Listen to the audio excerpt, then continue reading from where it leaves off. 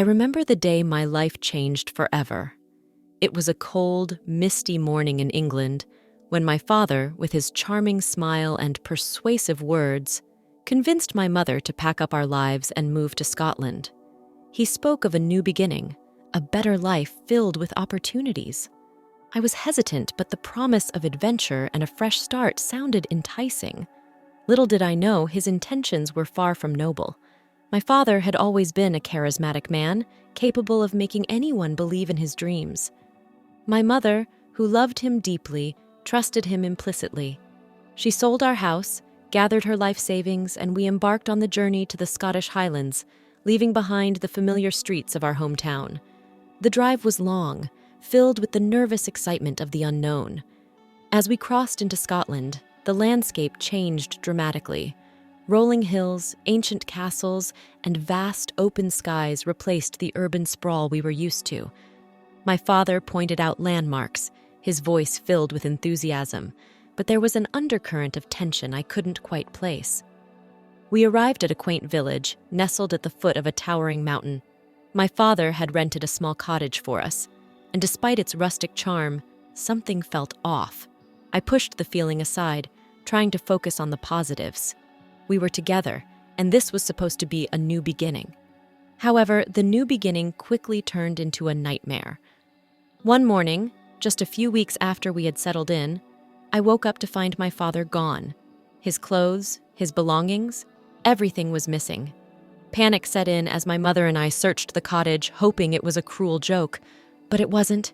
He had vanished, taking all our money with him. The realization hit us hard. He had betrayed us, leaving us with nothing. The days that followed were a blur of fear and desperation. We had no money, no friends, and no idea what to do next. My mother, a strong and resilient woman, tried to stay calm for my sake, but I could see the pain and fear in her eyes. We were alone in a foreign land, abandoned by the person we trusted the most. In our darkest hour, my mother remembered her sister-in-law, Lady Alara, who lived in a grand estate called Glenwood Manor. It was a name that evoked images of mystery and grandeur, a place we had only heard about in passing. With no other options, we gathered what little we had left and made our way to Glenwood Manor, hoping for a refuge. Glenwood Manor stood majestically atop a hill, overlooking the vast, mist-covered highlands. Its ancient stone walls and towering turrets gave it an air of both elegance and foreboding. As we approached, I couldn't shake the feeling that this place held secrets of its own. Lady Alara welcomed us with a warm, if somewhat wary, embrace. She was a striking woman, with an air of authority and a gaze that seemed to see right through you. Her husband and their children were kind, but there was a tension in the air that was hard to ignore. Despite the unease, we were grateful for the shelter and the safety Glenwood Manor offered. Little did we know, our arrival at Glenwood Manor was just the beginning of a series of events that would uncover hidden truths, test our resilience, and change our lives forever. The secrets of Glenwood Manor were about to unfold, and we were caught in the middle of it all. Living at Glenwood Manor was like stepping into another world, one filled with echoes of the past and shadows that seemed to whisper secrets. My mother and I tried to adjust to our new life, but the grandeur of the manor only magnified our feelings of loss and betrayal. My father's disappearance hung over us like a dark cloud, and we clung to each other for comfort. It wasn't long before I noticed something strange about Lady Alara's relationship with my brother. He had always been the more outgoing and sociable one, but now he spent most of his time with Lady Alara. They would disappear into the study for hours, their hushed conversations filled with an intensity that made me uneasy. I couldn't shake the feeling that something wasn't right. My brother seemed to change overnight. He withdrew from everyone, including me. The once vibrant and lively person I knew became a shadow of his former self, reclusive and distant. He stopped reaching out to his old friends, choosing instead to confide only in Lady Alara. It was as if she had a hold on him, and I didn't understand why. The atmosphere in Glenwood Manor grew more oppressive with each passing day. Lady Alara's husband, Lord Edmund, was a stern and silent man, always lost in his own world. Their 4 children were an odd bunch, with 2 of them suffering from severe mental illness and another frequently ill. The manor was filled with the sounds of their cries and whispers, adding to the eerie feeling that permeated the place. I tried to find solace in the grand gardens and the vast library, but the sense of unease never left me. My mother, too, seemed to struggle with the environment. She put on a brave face for my sake, but I could see the toll it was taking on her. We had escaped one nightmare only to find ourselves in another. One evening, as I wandered the dimly lit halls of the manor, I overheard a conversation between Lady Alara and my brother. Their voices were low, but I could sense the urgency and secrecy in their words. I couldn't make out everything, but the fragments I did hear were enough to deepen my suspicion. They spoke of loyalty, of secrets that must be kept, and of a plan that seemed to revolve around my brother. The isolation began to weigh heavily on my brother. He stopped attending family dinners and spent most of his time locked away in his room or with Lady Alara. I tried to reach out to him to understand what was happening, but he pushed me away. The bond we once shared was shattered, replaced by a cold distance that left me feeling helpless and alone. The strange behavior of Lady Alara's children added to the unsettling atmosphere. The 2 who were mentally ill seemed to be caught in a world of their own, often speaking in riddles or staring blankly into space. The one who was frequently ill appeared to be wasting away, her pale face and fragile body a stark contrast to the vibrant life I remembered. As the days turned into weeks, the isolation grew more profound. My mother and I felt like outsiders in our own family, cut off from the warmth and love we once knew. Glenwood Manor, with all its grandeur and beauty, became a prison of sorts, trapping us in a web of secrets and lies. Despite the fear and uncertainty, I knew I had to find a way to uncover the truth. My brother's behavior, Lady Alara's mysterious influence, and the strange dynamics of the family all pointed to something dark and hidden. I resolved to get to the bottom of it, no matter what it took. Little did I know the journey I was about to embark on would test my courage and resilience in ways I never imagined. The oppressive atmosphere at Glenwood Manor grew thicker with each passing day. Lady Alara's presence, once a source of cautious comfort, became a looming shadow over my mother and me. She was no longer just a distant relative offering us refuge. She had turned into an adversary. It started subtly. Lady Alara would make offhand comments, thinly veiled with concern about my behavior. She accused me of being lazy, ungrateful, and disrespectful. Her words were like sharp needles, pricking at my already fragile sense of self. At first, I tried to ignore her, but the accusations grew more frequent and more malicious. Then, Lady Alara's daughters joined the fray. They began to back up their mother's claims, concocting stories and serving as false witnesses to events that never happened. They would claim they saw me stealing, lying, or causing trouble around the manor. Their voices, filled with practiced sincerity, painted me as a villain in my own story. My mother tried to defend me, but her protests fell on deaf ears. The weight of Lady Alara's influence was too strong, and the lies too convincing. My brother, still under Lady Alara's thrall, remained silent, his eyes filled with confusion and regret. He was caught in a web he couldn't untangle, and his silence only served to deepen my isolation. The conflict reached a boiling point one evening when Lady Alara publicly accused me of stealing a family heirloom. She summoned the entire household, her voice dripping with righteous indignation as she demanded I confess.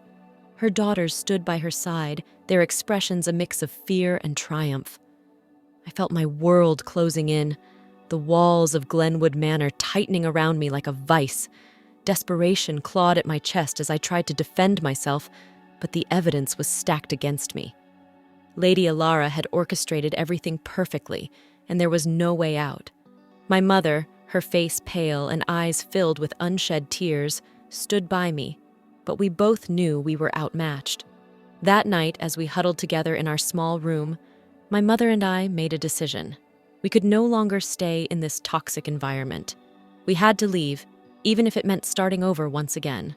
With heavy hearts, we packed our meager belongings and prepared to flee.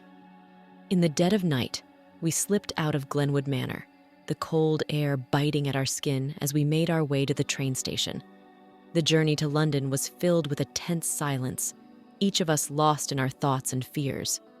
We didn't look back, knowing that whatever lay ahead had to be better than the torment we left behind. Arriving in London, we were greeted by the hustle and bustle of the city. The noise and chaos were a stark contrast to the eerie silence of Glenwood Manor, and for the first time in months, I felt a glimmer of hope. We found a small apartment in a quiet neighborhood and began to piece our lives back together. The days that followed were a blur of new experiences and cautious optimism.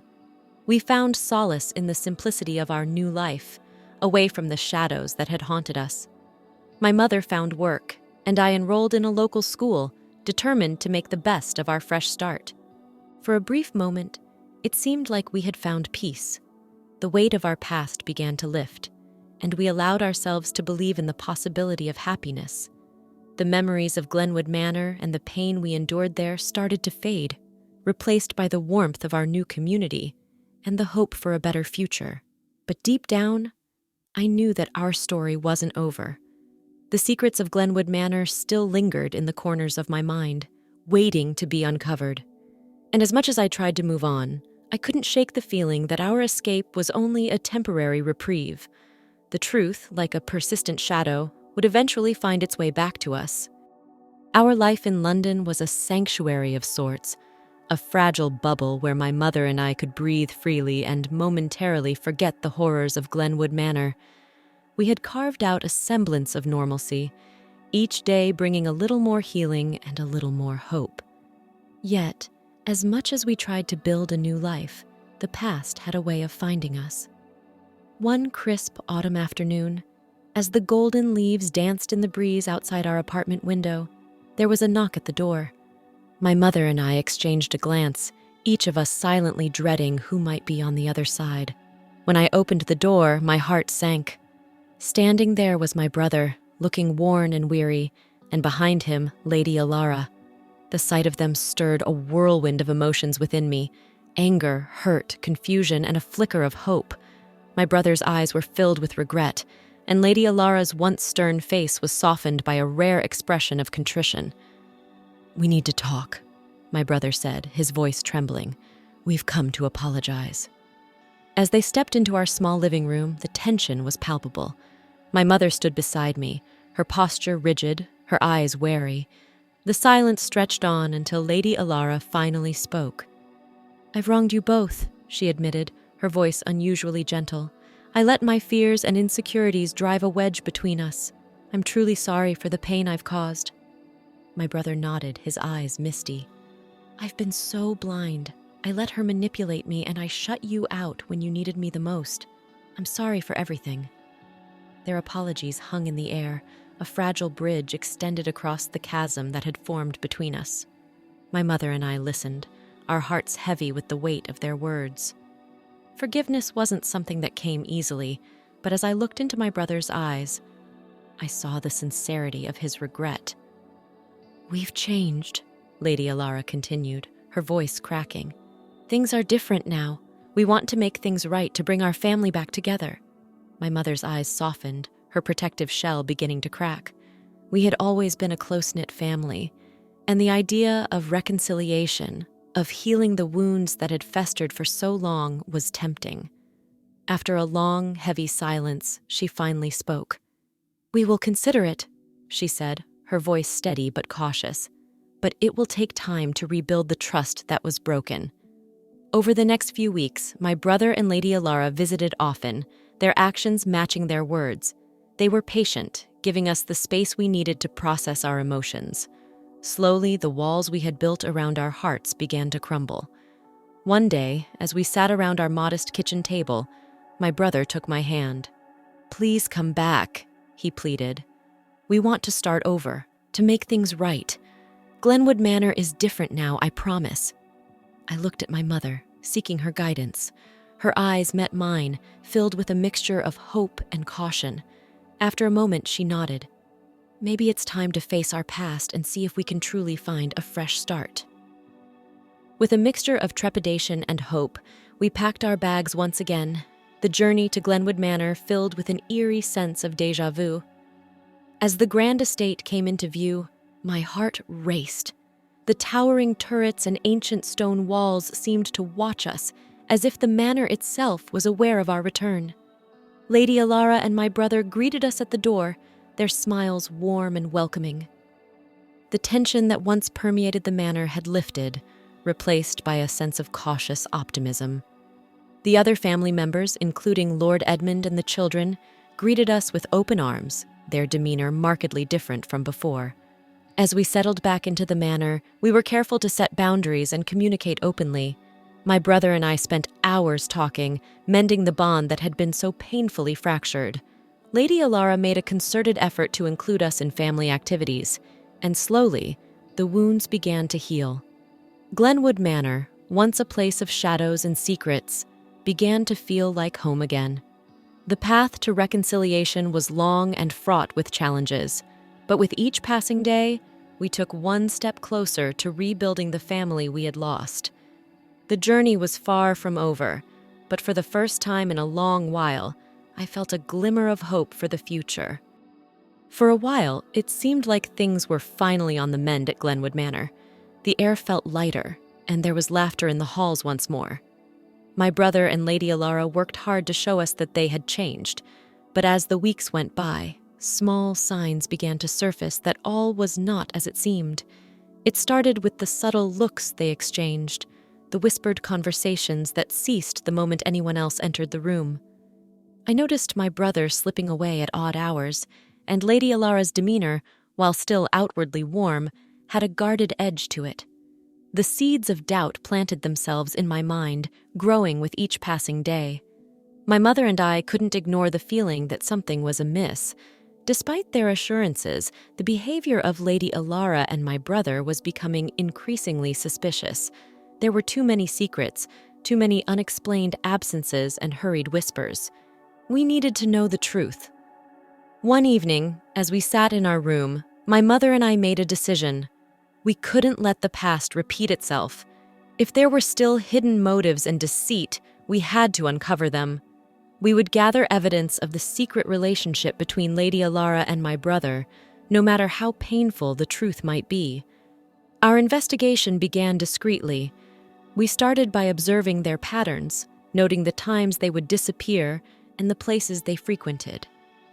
My mother suggested we use more covert methods, and although the idea made me nervous, I agreed. We were determined to uncover the truth. We set up hidden cameras in strategic locations, places where Lady Alara and my brother often met in secret.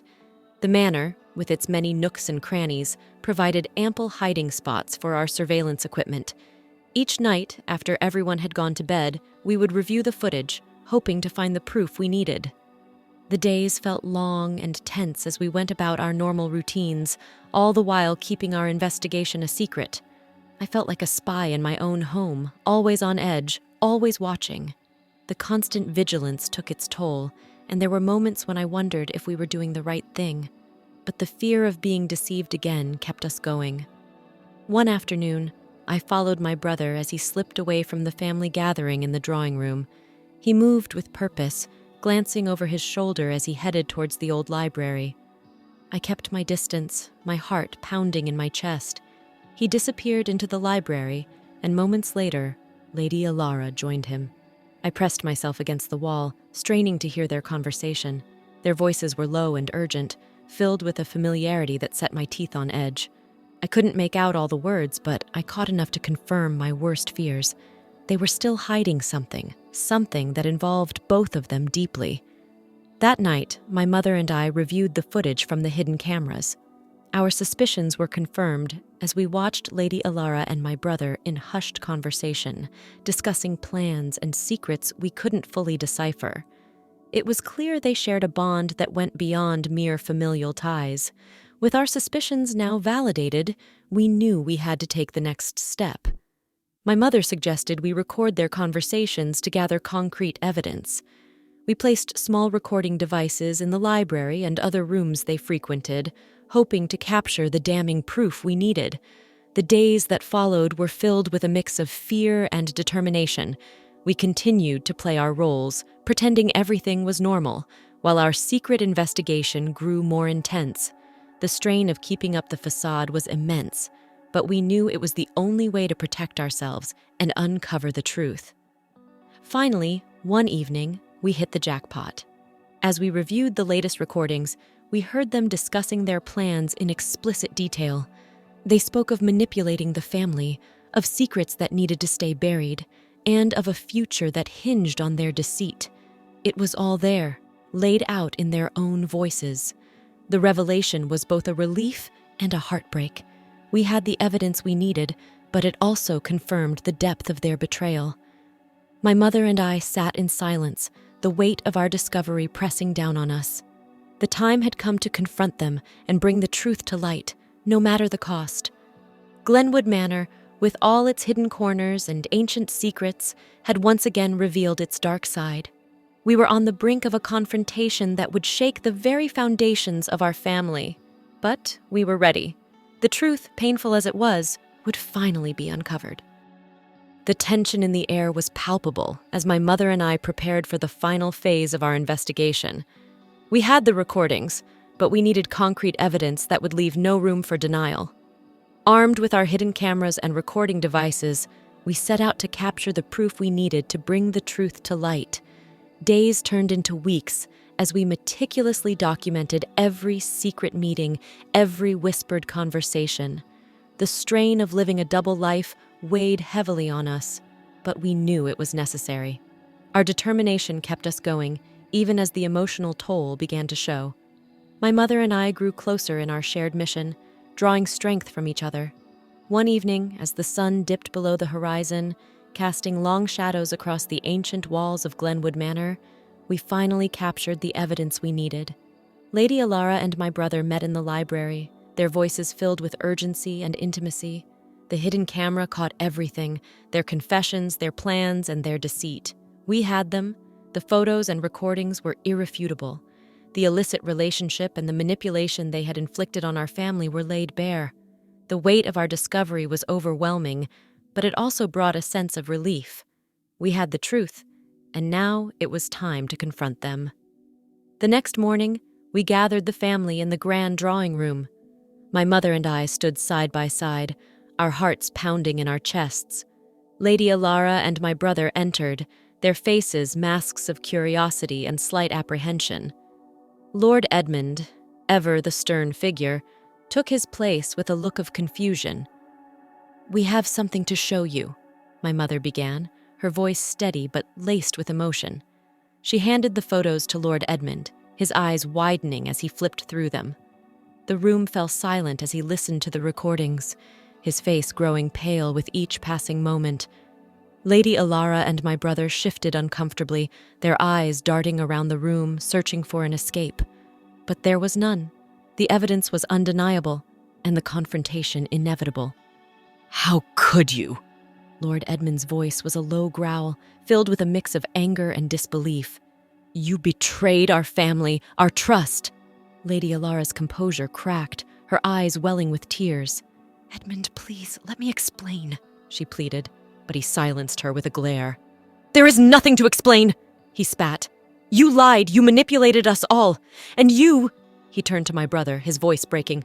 "How could you do this to us, to your own family?" My brother looked down, shame and regret etched across his face. "I'm sorry," he whispered, his voice barely audible. "I never wanted it to go this far." The room erupted into chaos.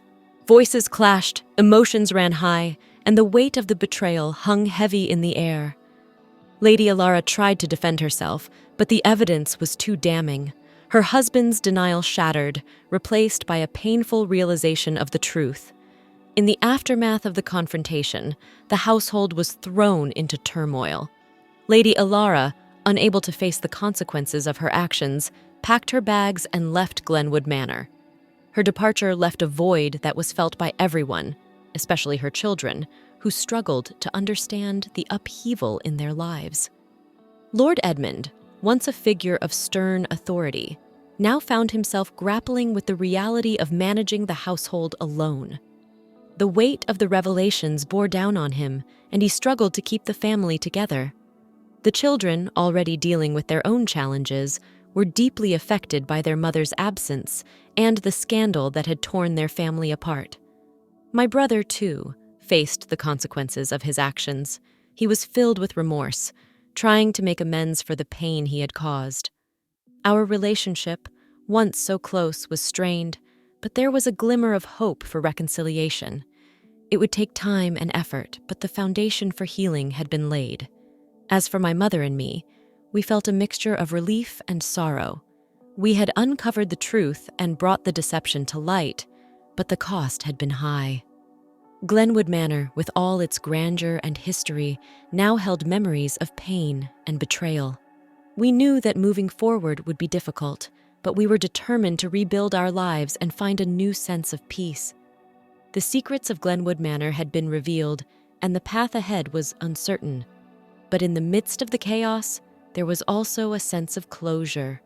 The truth had set us free, and with it came the possibility of a new beginning. The dust settled on the turbulent revelations at Glenwood Manor, leaving a deep silence that resonated through the vast halls and ancient walls of the estate. In the aftermath, the cold remnants of betrayal and deception lingered, challenging each of us to find a way to bridge the gaps that had formed in our fractured family. As spring ushered in new life to the countryside around us, it seemed to breathe fresh energy into our own attempts at healing. My brother, once entangled in deceit, now sought redemption. He approached us tentatively, laden with the guilt of his actions, his eyes searching for forgiveness in ours. My mother, ever the heart of our family, extended a cautious olive branch, her actions guided by a deep-seated belief in second chances. Together, we embarked on the painful yet necessary journey of family healing. We spent long evenings discussing our feelings, unpacking the layers of hurt, and gradually stitching the fabric of our relationship back together. It was during these sessions that my brother revealed the pressures and manipulations he had faced, shedding light on the vulnerabilities that had led him astray. Understanding did not erase the pain, but it fostered empathy, enabling us to see past the betrayal to the brother we once knew and loved. Meanwhile, Lady Alara's daughters, left in the wake of their mother's departure, faced their own battles. The youngest, whose frequent illnesses had baffled many, was finally diagnosed with a rare condition that had been exacerbated by the stress and secrets within the manor. With Lady Alara gone, they could now receive the proper care and attention they desperately needed. Under Lord Edmund's more attentive and loving care, and with the aid of skilled physicians, her health began to improve, bringing a glimmer of hope to a family that had seen too little of it. This newfound understanding and compassion extended beyond the immediate family. As we rebuilt our lives, we discovered unexpected allies within the household staff. The gardener, a quiet observer of the manor's dramas, proved invaluable. His long-held silence was a treasure trove of wisdom and guidance, and he shared insights into the manor's history that deepened our connection to the place we called home. One afternoon, while exploring the attic, I stumbled upon a hidden diary belonging to an ancestor who had lived in the manor centuries ago. The yellowed pages revealed a story strikingly similar to our own, a tale of betrayal, secret loves, and a family torn apart by hidden truths. This historical revelation served as a stark reminder of the cyclical nature of secrets and the importance of breaking them. It also provided a strange comfort, knowing that we were not alone in our struggles, that others before us had faced and overcome similar adversities. As the seasons changed, so too did the atmosphere within Glenwood Manor. What was once a place of shadows and secrets gradually became a home of healing and forgiveness. We learned that while the past could not be changed, the future was still ours to shape. The manor, with all its history and mystery, no longer felt like a prison, but rather a sanctuary where new beginnings were possible. In the warmth of the restored relationships and the care provided to Lady Alara's daughters, our family found a peace that had been missing for years. We moved forward, not by forgetting the past, but by learning from it, growing stronger at the broken places. The healing process was slow and often painful, but it was real. We had confronted the deepest wounds, found justice in the truth, and discovered the boundless capacity for forgiveness. As the sun set over Glenwood Manor, casting long shadows and bathing the estate in a golden light, I realized that we had finally stepped out from under the weight of our secrets. We were moving forward together, strengthened by our trials and hopeful for the days to come. Glenwood Manor, once a symbol of our darkest moments, now stood as a testament to our resilience and the enduring power of family. As the vibrant hues of autumn painted the landscape surrounding Glenwood Manor, a sense of renewal permeated the air. The trees, shedding their leaves in a fiery display of reds and golds, mirrored our own transformation, a letting go of the past and the embracing of a future filled with possibility. In the years following the upheaval, Glenwood Manor underwent a profound metamorphosis. The once dark and secretive halls were now brightened with laughter and the warmth of a family reunited. My mother, the cornerstone of our resilience, flourished as the matriarch, her wisdom and strength guiding us through our days.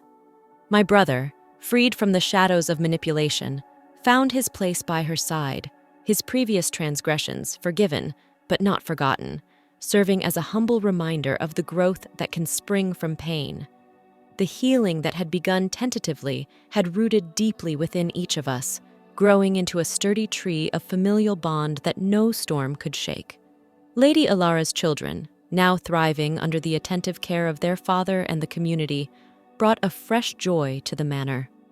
Their laughter, once a rare sound, now echoed through the corridors, a testament to the healing power of love and attention. The manor itself seemed to breathe easier, its walls shedding the heavy burden of secrets kept for too long. Renovations had made the spaces brighter, the dark drapes and somber portraits replaced with vibrant tapestries and paintings that told stories of hope and joy. The gardens, once wild and untended, were now thriving under the care of our faithful gardener, whose loyalty had been a beacon of hope during our darkest times. And then there was me.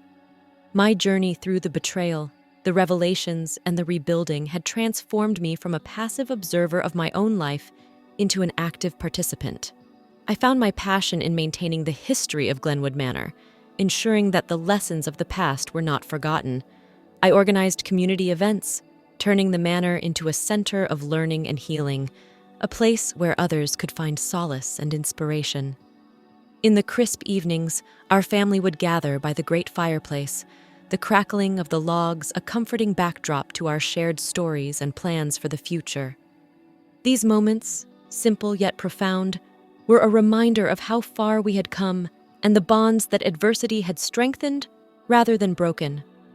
Our story, once marked by the pain of betrayal and the shadows of secrets, had become a story of redemption and forgiveness. We had learned that while the scars of the past would always be part of us, they did not define us. Instead, they were marks of our resilience, proof that even the deepest wounds could heal. As I looked out over the rolling hills from the newly restored balcony of Glenwood Manor, I felt a deep sense of peace. The challenges we had faced were not just trials, but transformations. We were not the same people who had walked through the manor's doors those many years ago, fraught with mistrust and burdened by secrets. We were a family, stronger than ever, bonded not just by blood, but by the shared journey through darkness into light. Glenwood Manor, once a symbol of our family's lowest moments, now stood proudly as a beacon of hope and resilience.